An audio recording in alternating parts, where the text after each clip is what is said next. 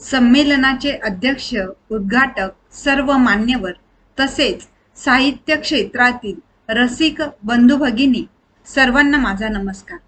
प्रथमतः माधुरीताईंची मी खूप आभारी आहे, कारण आजच्या कार्यक्रमासाठी त्यांनी मला प्रमुख अतिथी म्हणून आमंत्रित केले। इथून मागेही बऱ्याच कार्यक्रमासाठी मी प्रमुख अतिथी म्हणून आमंत्रित केली गेलेली आहे, पण एखाद्या साहित्याच्या कार्यक्रमासाठी माझी प्रमुख अतिथी म्हणून निवड होणं ही गोष्ट मला परमोच्च आनंद देणारी आहे। अशा ह्या कार्यक्रमातून मराठी साहित्याची गोडी साता समुद्रापलीकडे वाढताना दिसते। भारतासारख्या प्रगत धावपळीच्या जगात नवनिर्मित पिढीला मराठी भाषेची गोडी लागण्यासाठी इंग्रजीच्या रेट्यामध्ये मराठी भाषेचं संवर्धन चांगल्या प्रकारे होणं गरजेचं आहे। माझा मराठीची बोलू कौतुके, परी अमृतातेही पैजासी जिंके, ऐसी अक्षरे रसिके मेळविन।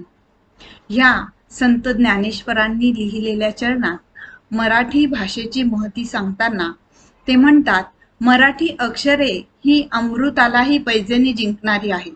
ज्ञानेश्वरीत कर्म आहे, पण कर्माच्या कटकटी नाही। ज्ञान आहे, पण ज्ञानाचा वृक्षपणा नाही। मराठी भाषा ही खूप प्राचीन भाषा आहे, तिचा इतिहासही प्राचीन आहे। महाराष्ट्र अनेक शूर वीरांच्या बलिदानातून बनलेला आहे। अशा ह्या महाराष्ट्रात बोलली जाणारी मराठी भाषा ह्या शूरवीरांची अशी सुंदर भाषा आहे।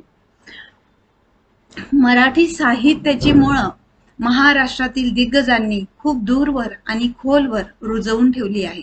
त्यामुळे केवळ फुलातूनच नव्हे तर पानापानातून मराठी भाषा आज वाचायला, लिहायला, ऐकायलाही मिळत आहे।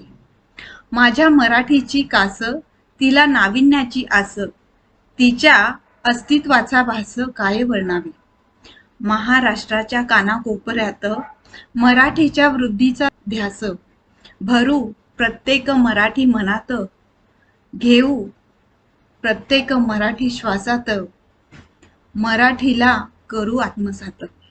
अशा मराठी साहित्यातून बरेच काव्यप्रकार जन्माला आले आहे। असाच एक काव्यप्रकाराबद्दल मी आज 2 शब्द सांगू इच्छित आहे, तो म्हणजे मधुसिंधू काव्य। त्याच्या रचनाकार आहेत माधुरीताई काकडे। अगदी छोट्याशा 4 ओळींच्या कडव्यात इतका गोडवा वाटतो लिहिणाऱ्याला, ऐकणाऱ्यालाही।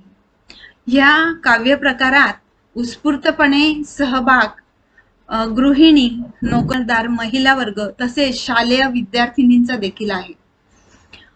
विशेष मला कौतुक करावंसं वाटतं आज मधुसिंधू काव्य संघातील सहसख्यांचे, कारण त्या माधुरीताईंच्या जे काही संघाचं काम आहे त्याच्यासाठी त्यांचा उत्स्फूर्त प्रतिसाद असतो आणि त्या नेहमी त्यांच्यासोबत कार्यरत असतात।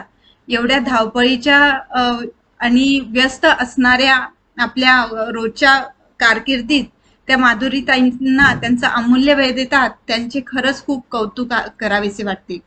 थेंबे थेंबे तळ साचे, त्याचप्रमाणे शब्दातून मधुसिंधूची सरिता ही आज भारतापुरतीच मर्यादित नसून ती भारताबाहेरही संतपणे वाहताना दिसत आहे। म्हणजे मधुसिंधूचा प्रसार हा भारताच्या बाहेर परदेशात देखील आहे।